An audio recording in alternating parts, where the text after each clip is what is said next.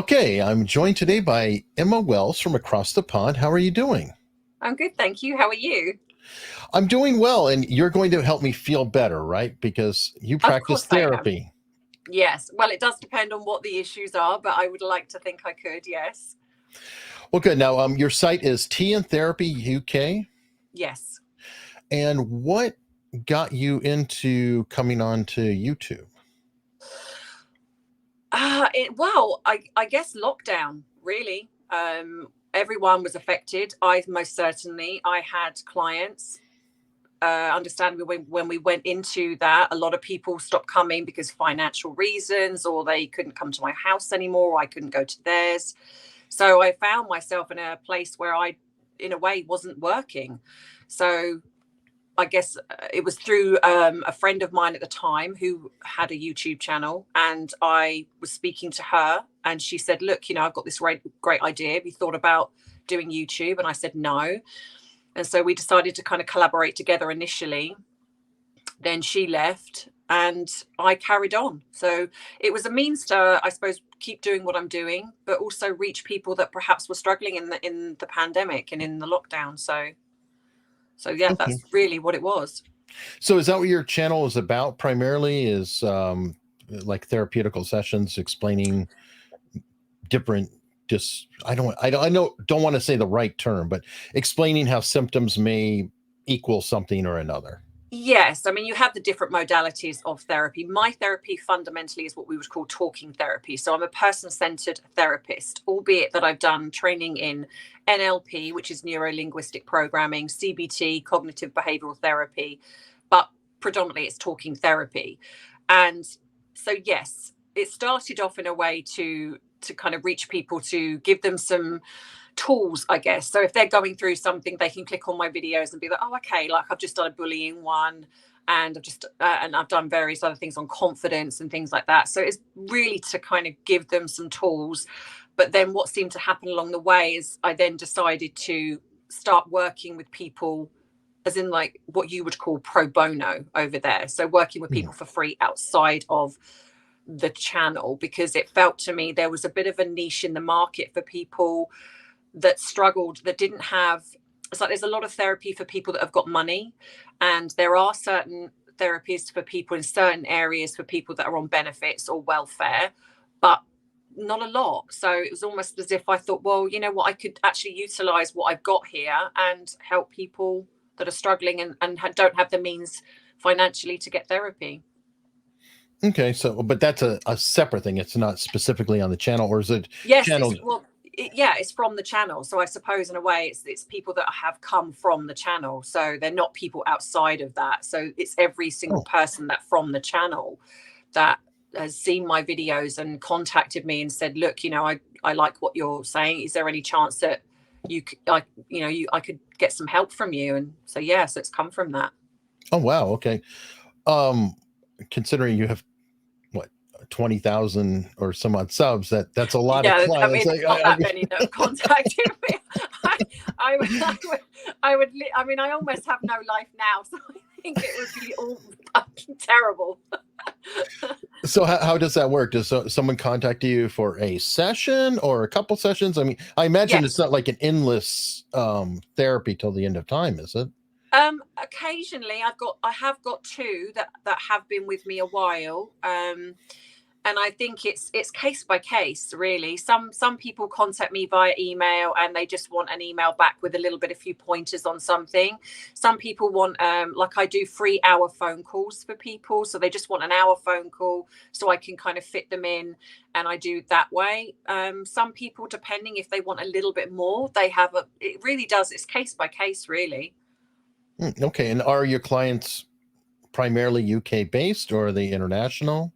International. International. I have all over the world, really. From, I mean, obviously English speaking to a degree, but because I couldn't do it, I don't speak any languages. But yes, Australia. I've American. Obviously English. I've got Spanish, Belgian.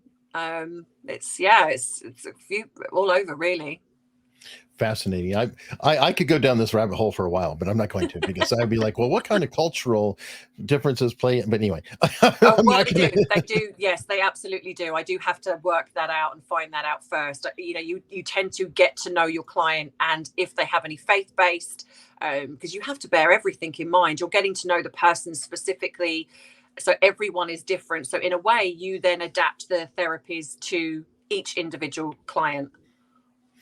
Makes sense. Makes sense. So now, from practicing therapy now, through the channel, which is a different model, definitely. Yes. How did you get into the whole quote Mexit thing? Well, I think like a lot of people, again, lockdown. I didn't really follow anything until then, I guess because I had a little bit more time on my hands. So I went into the deep dive of the YouTube Megxit channels and looking at certain things, and definitely went down this rabbit hole of kind of going, oh, you know, there's definitely something here.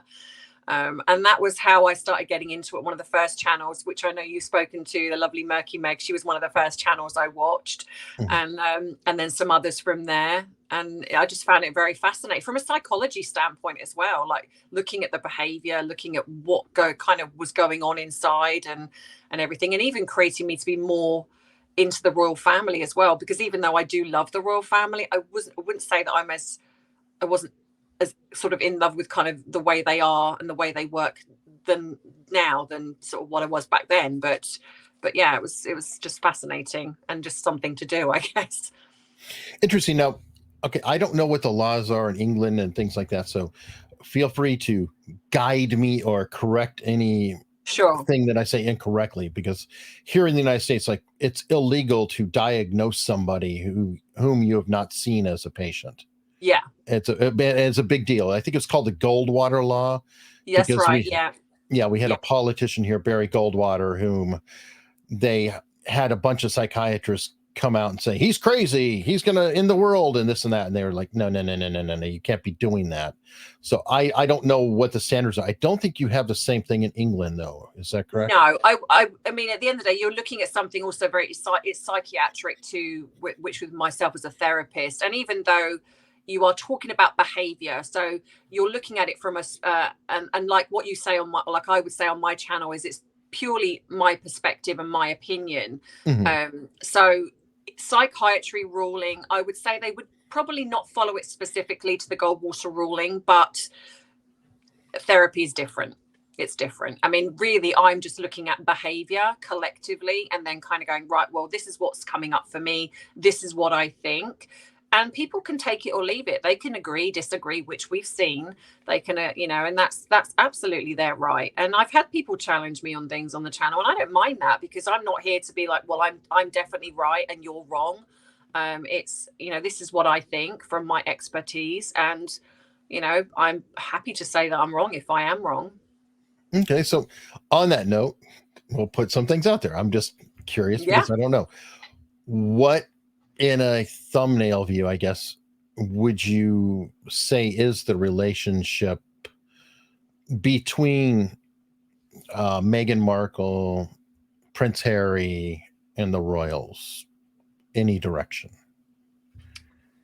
As in like their relationship with each other, or Well, I'm curious about that, because obviously they don't get along no. right now. There's definitely a rift. I think anybody who has a pair of eyes knows there's a rift going on. Yes. Yeah. I I want to be hesitant, because I'm not a trained anything except to hack on the internet. I don't know anything. Um, I do a little bit of body language analysis and things like that, but Sure. I'm just curious, because there are many who feel that the rift may have originated from Meghan Markle's actions. It could be Harry's actions. It could be the royals' actions. Is there anything diagnosable you could see between all involved? And I'm being very vague deliberately, so I'm not, leading I you. think, yeah, because we do have to be careful on that fact. So okay, so here is my opinion on what I believe. I believe Harry does have issues prior to Meghan coming on the scene. Mhm. Harry was not the perfect royal. He was deemed in a way because I think that we let a lot of things slide due to the way he was just like this, the lad, he was the genuine sort of normalish one, if you want to look at it that way. But I think he was protected a lot by the royal family. They sort of hid a lot of things. So what we're seeing now with Harry's behavior, it's very immature. So you would look at that as this is kind of who he is. There is definitely an element to that. So is Meghan completely to blame? No, absolutely not. Now, but I would Was that say, caused? Sorry to interrupt. Is that some of that caused by his mother's death, which was yes, probably a yes. lot of trauma out of that? Trauma, and he's also developed a huge amount of anger, and there's that, and also you've got that mixed in with self-entitlement. So he believes that he's almost untouchable, and a lot of that is just kind of true. I mean, well, yes, and the royal family are a lot in a way responsible for that, because again they hid a lot of things, squashed a lot of things in the media. They probably made a lot of allowances because of the trauma of what he went through with losing his mother. And I think what was fascinating for me is that they created a lot of focus to be on Harry's loss, but they didn't really ever talk about Prince William's loss. It was very much because it's this view of this little boy walking behind this coffin, which is horrible. Don't get me wrong. To lose a parent at any age is bad, but at that young age, of course. But I think it was also this kind of, the spare to the throne. There seemed to be a lot of where he was taking the blame for a lot of things, because William's, his behavior wasn't perfect either. So Harry, because he was the heir to the throne, a future king of England, Harry took a lot of flack for that. So I think there's this built up anger. And when you have that on top of trauma, eventually it's like the dam breaks and something has to give. And even though, yes, he says he's been to therapy, and I can't argue one way or the other with that, but just going by what I see, I think then Meghan, in a way, become the catalyst of in seeing this kind of what was going on, and I guess they kind of come together in a united way, of her coming from a certain background, him coming from kind of this background. She's got a lot of anger and issues as well, so they kind of united together initially. But I think unfortunately you've got a very toxic pairing there, because it's not healthy, because to get into a healthy relationship, you've really got to work on yourself. So you're coming at it from that perspective. So you've got two very damaged people, albeit with Meghan's also self-entitlement as well. And I think that's kind of how that developed, and they kind of fed each other in a way. So I think they're both to blame in different aspects of that relationship. And then unfortunately what you're now having is the repercussions of that behavior in regards to the royal family. Okay, so I always I'm a big believer in internalization. Yes. Is that the issue potentially, is maybe a lack of internalization, like it's them against the world versus yes, absolutely. There is zero self-awareness with either of those two. It's very much about blame. It's, when you don't have that, and that everyone else is at fault, rather than actually looking at aspects of, because that's what we have to do. We have to look at parts of ourselves. And we're taught that in training, because you cannot go forward in life as in like a healthy growth if you haven't had that self-awareness of, right, where am I responsible? What can I change? You haven't got that with Harry and Meghan, because everyone is at fault. The royal family, the media, it's blaming the stuff on his mother's death, blaming his father. Yes, there's aspects to it, but when you become an adult, right from wrong. That there comes a point when you need to stop blaming your parents and start kind of going, well, actually, yeah, they might have been there in my childhood, but as an adult now, I get to decide what I can do about that. And I don't think they are. Yeah, I found, and I'm not perfect at it, but I believe in the whole aspect of the only thing I can try to change is myself Yes. and how others react to me, because I'm powerless to change them. So it's like if I Yeah, want it's anything to, perception. Exactly, yeah, it's perception, and that's subjective. You know, everyone, you know, you could be standing in a room with 10 people, and 9 people will view you one way, and then another one will view you completely different through their own experience, because that's exactly how we're shaped.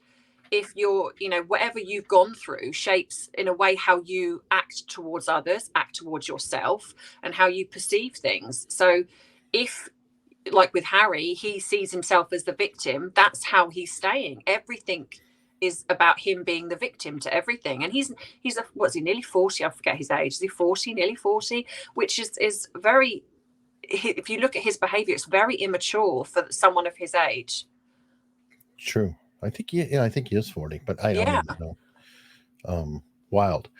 Okay, but speaking of that, and I hate to say victimization, because of your work there, Mm. you seem to have run afoul of another community, I guess, known as the Sussex Squad, or I've heard the term sugars thrown Yeah. about.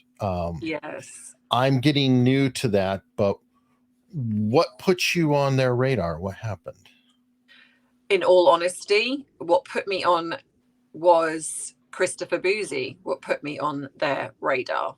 He started tweeting things out about me, and it put me on their radar. Before that, I wasn't. I had the odd couple of little things from the odd few people, nothing awful that you just ignore. But that was when I got on his radar.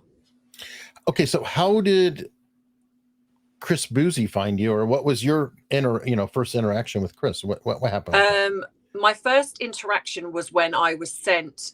I was told that he was tweeting about me. And so I obviously, this is when I was on Twitter. I'm no longer, I haven't been on Twitter for a year now because I think it's quite a toxic place. So I came off. Mhm. But so I was told that he was tweeting about me being a fake therapist. I'd already seen this being circulated about me, not anything to do with him.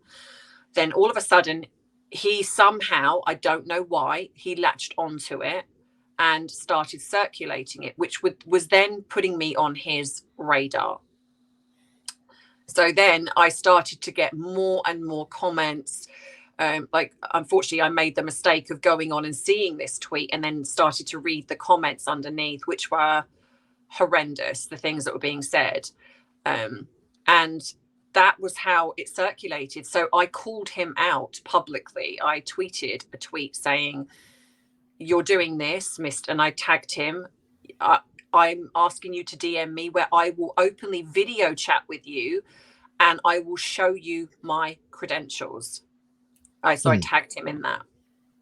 And what happened? He ignored it for a while. And then I put a tweet out saying I was leaving Twitter because at this point, the bullying was just, it had been going on for months and I'd got to a point where I just had enough.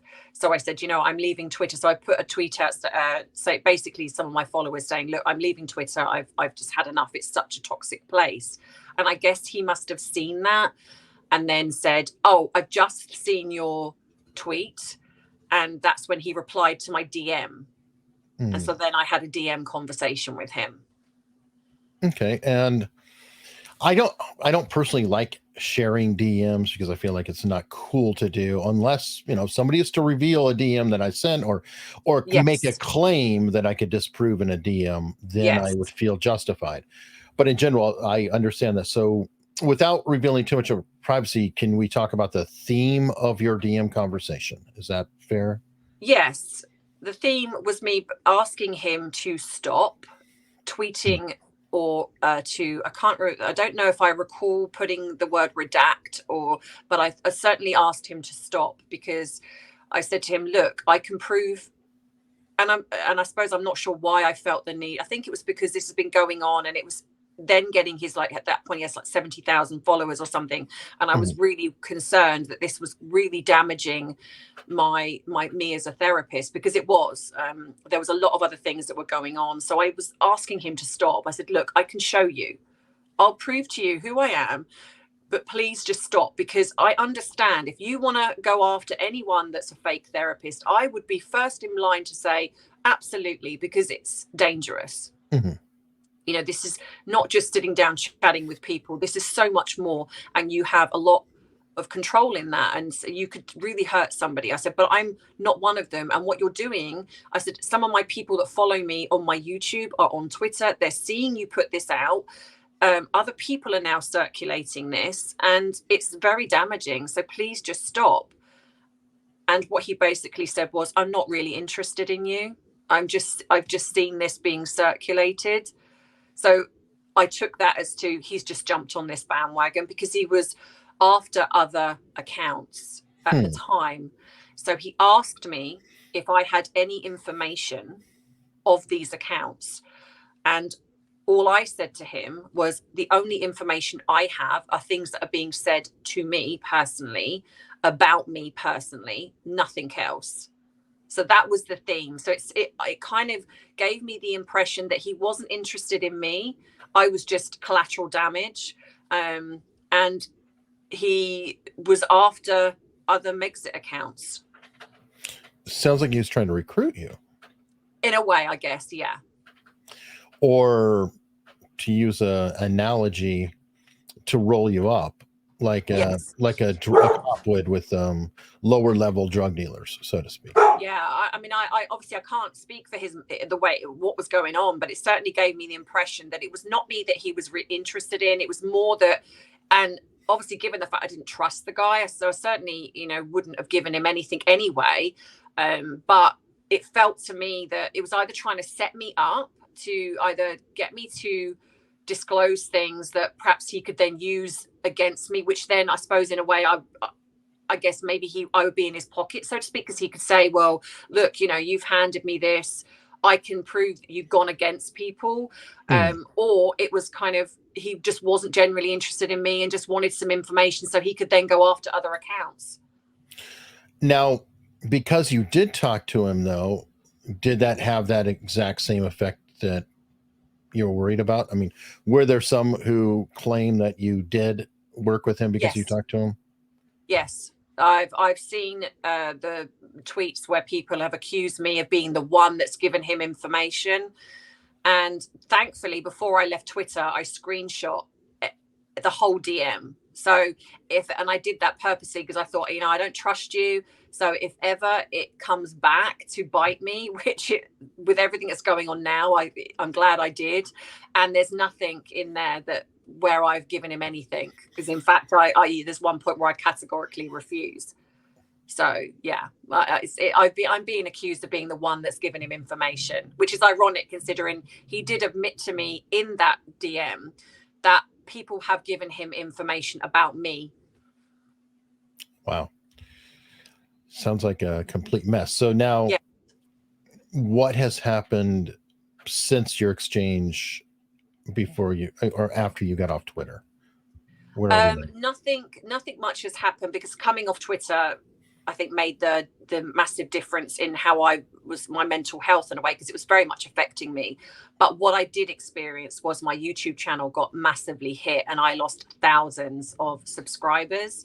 Then I also lost 2 clients because unfortunately they were clients that were following me on Twitter, saw what was going on. They jumped to my defense, because at the time when I was being accused of being a fake therapist, they jumped to my defense and said, no, hang on a minute, she's not.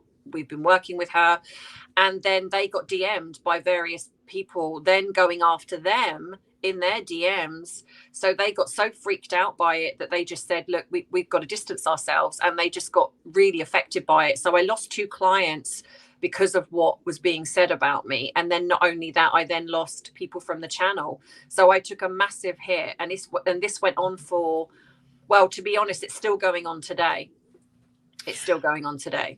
Yes, I believe in the most recent report, and let's put it this way, I'm going to use scare quotes just about any time I refer to it as a report, or Taylor Lorenz as a journalist, or Kat Timbarge as a journalist. Yeah. Some people always require scare quotes. So I will go on that. You were in pictures with a former guest of mine, Trevor Colt, who also has had large trouble with Mr. Bouzy. Yes, I was. So you're not completely out of the woods yet. No, no, no. He just that report, if you want to call it that, just come out of nowhere, and there I was for all to see. I don't know if, because I didn't click on the report because I refused to do that. But so I don't know if I was actually mentioned in the report, but I certainly, my face was definitely there on quite a few of the screen grabs that he took when he was going after Trevor. Wow. Well, I'm sorry you've been going through this, and I've literally been trying to interview different people. I can't get to everybody, and that's something that'll be frustrating, to Yeah, I'm me, sure. to them, because I hear a lot of names out there, but I've got a limit. I can only do so many, or I'll wind up getting into a sling by being a single purpose channel type of Yes, of situation. course, of course. So, how are things looking for you now? Are you starting to pull out of it, or how can people help you? Yes, I think the one thing I would like to add, which is something I do speak about on my channel, is when someone says something about somebody, it's okay to ask for evidence. I think Mhm. one of the biggest things I'm noticing is that people just believe what's being said. So if someone says, "Oh, like for example, myself, fake therapist," or stuff that's said about Trevor or Murky Meg or anyone else, rather than just kind of accept it, just kind of go, "You know what? Actually, where's the evidence of this?" Mhm. Because I think that's the hardest thing for me, especially, was seeing all these things being said about me, and there was not one shred of proof that was offered, because there isn't any. But it was just not given, not nothing. And I think that's incredibly damaging with online. And yes, I'm coming back now, thankfully, and I will say that I've had some great supporters and great friends that I've made from this, Trevor being one of them, Murky was another one. And they really did stick with me when all this was going on.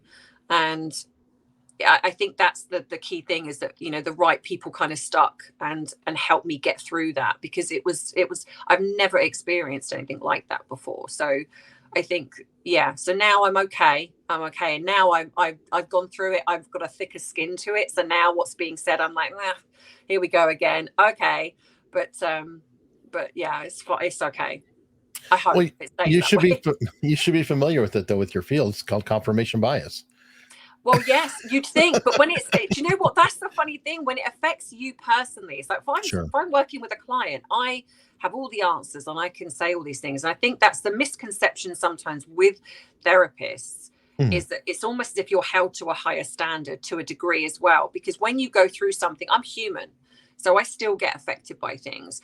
But I think sometimes people think, well, you know this stuff, so you should be fine. But it's a very different animal when you're actually on the receiving end, and when you're going through it like I was. It was on my Instagram, it was on my Twitter, it was on my YouTube, and then not only that, it was filtering into my real life. So Right. it's one thing to be online where you can just switch it off, but when your job is online and you're having to navigate where the facts are, who's on your side, who's not on your side, kind of thing, because that's what it was coming down to, sides. It's like very playground mentality. And then it filters into your real world as well. It does have an effect, I think. And I'm quite a strong person, and I know this stuff, and it was affecting me. So yeah. Well, hopefully, I'm glad that things are pulling together, Yeah, thank you. and maybe we can get a little support thrown your way. Everyone, she's T and Therapy Yes, thank you. UK, and there's of course a link in the description. And thank you so much, Ems. Thank you very much, Eric, for having me on. I appreciate it. It's been a blast.